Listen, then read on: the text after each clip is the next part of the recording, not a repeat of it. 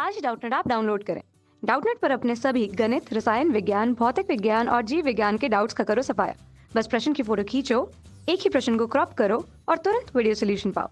अभी डाउनलोड करें। Hello friend, इस प्रश्न में दिया गया है कि एक एलसीआर परिपथ में 10 मिली हेनरी का प्रेरकत्व, 3 ओम के प्रतिरोध तथा 1 माइक्रोफैराड धारिता की श्रेणी का के साथ श्रेणी क्रम में एक स्रोत जिसका मान दिया गया v बराबर 15 cos ओमेगा टी के साथ जुड़े हैं। यदि अनुनादी आवृत्ति से 10% कम आवृत्ति पर धारा का जो हमें यहाँ पे मान ज्ञात करना है। ठीक है, अगर अनुनादी आवृत्ति से जो है 10% कम आवृत्ति कर दी जाती है आवृत्ति, तो उस आवृत्ति पर हमें धारा का आयाम ज्ञात करना है तथा प्रति चक्र में अपव्यय हुई औसत शक्ति का मान यहाँ पे ज्ञात करना है। तो हमें जो दो मान ज्ञात करने हैं, पहले ज्ञात करना है धारा का आयाम, अर्थात हम इसे आई शून्य से दर्शा सकते हैं, इसका मान ज्ञात करना है। इसके लिए क्या पता है हमें, आई शून्य बराबर हो जाता है वी शून्य बटे जेड, जहाँ वी शून्य जो है ऊर्जा के जो शिखर मान को प्रदर्शित करता है तो जेड जो है प्रतिबाधा को प्रदर्शित करता है। उसी प्रकार क्या ज्ञात करना है यहाँ पे, शक्ति, औसत शक्ति क्षय। तो शक्ति क्षय पी बराबर क्या लिख सकते हैं, V R M S I R M S cos phi. ठीक है, इस प्रकार से। तो वी आर एम एस क्या होता है, ये होता है वर्ग माध्य मूलमान वोल्टा का, आई आर एम एस होता है वर्ग माध्य मूलमान होता है धारा का, तथा कॉस फाई जो है शक्ति गुणा को प्रदर्शित करते हैं। यह हमको इसी प्रकार से लिख सकते हैं, वी आर एम एस को क्या लिखते हैं, वी शून्य बटे वर्गमूल 2 इस शिखर मान के लिए इस प्रकार से, तथा धारा के लिए भी आर एम एस मान क्या लिख सकते हैं हम, आई शून्य बटे वर्गमूल 2 कॉस फाई। तो ये प्राप्त हो जाएगा हमें वी शून्य गुणित आई शून्य बटे 2 कॉस फाई। इस सूत्र की सहायता से हम जो औसत शक्ति क्षय ज्ञात कर सकते हैं, जहाँ पे कॉस फाई हमें प्राप्त हो जाएगा, ये प्राप्त हो जाता है आर बटे जेड। इस प्रकार से तीनों मान हमें जो है ज्ञात करने हैं।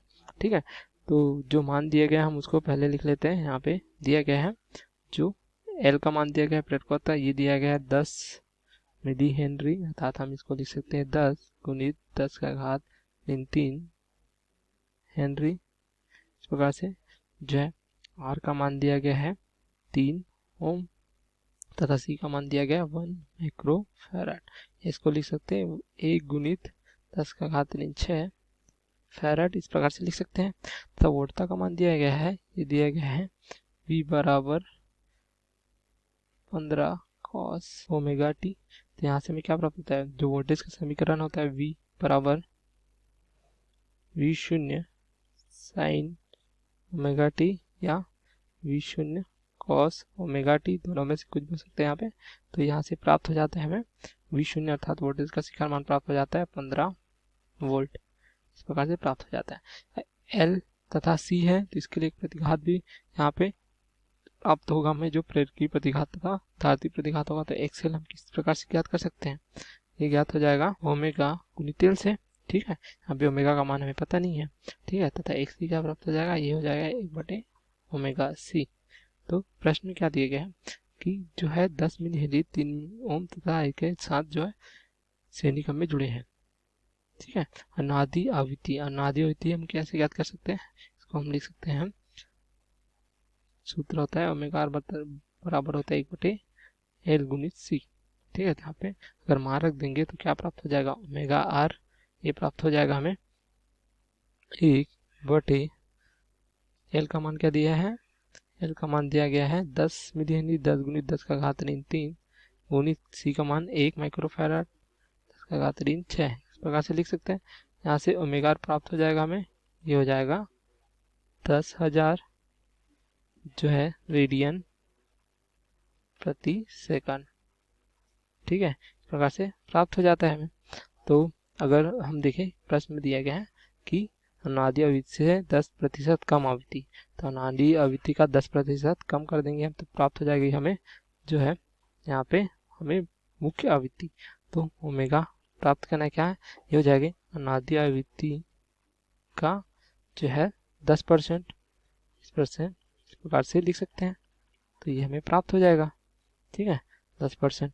तो ओमेगा क्या प्राप्त हो जाएगा, ये दिया गया है 10,000 ऋण 10,000 का 10% कम कर दे रहे हैं हम लोग। ठीक है, तो ये प्राप्त हो जाएगा 9,000 रेडियन प्रति सेकंड। इस प्रकार से प्राप्त हो गया, यह आवृत्ति का मान हमें प्राप्त हुआ। तो अब यहाँ से हमें एक्सएल और एक्सी प्राप्त हो जाएगा। तो एक्सएल हम क्या लिख सकते हैं, यहाँ पे एक्सएल हो जाएगा, एक्सएल बराबर 10,000 और यहाँ पे ओमेगा का मान प्राप्त हुआ हमें 9,000।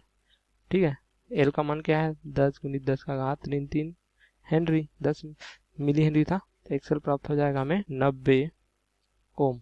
ठीक है, इस प्रकार से प्राप्त हो जाता है। उसी प्रकार अगर हम जो है एक्सी के लिए देखें तो एक्सी प्राप्त हो जाएगा हमें, एक्सी बराबर है 1 बटे ओमेगा सी। तो यहाँ पे ओमेगा का मान है 9,000, सी का मान है 1 गुणित 10 का घात ऋण 6, तो ये हमें प्राप्त हो जाएगा 111.11 ओम। इस प्रकार से प्राप्त हो गया। ठीक है, एक्सएल और एक्सी का मान प्राप्त हो गया। अब हम क्या ज्ञात कर सकते हैं, यहाँ पे देखिए जेड ज्ञात कर सकते हैं। ठीक है, तो जेड बराबर क्या होता है, जेड जो प्रतिबाधा है ये प्राप्त होता है हमें आर का वर्ग धन एक्सएल ऋण एक्सी पूरे का वर्ग तथा पूरे का वर्गमूल। इस प्रकार से अब यहाँ पे हम अगर मान रख देंगे, आर का मान दिया गया है, आर का मान कितना दिया गया है यहाँ पे देख सकते हैं 3 ओम, तो आर हो जाएगा 3 का वर्ग धन एक्सएल का मान प्राप्त किया हमने 90 ऋण 111.11 पूरे का वर्ग तथा पूरे का वर्गमूल। तो जेड प्राप्त हो जाएगा हमें 21.32।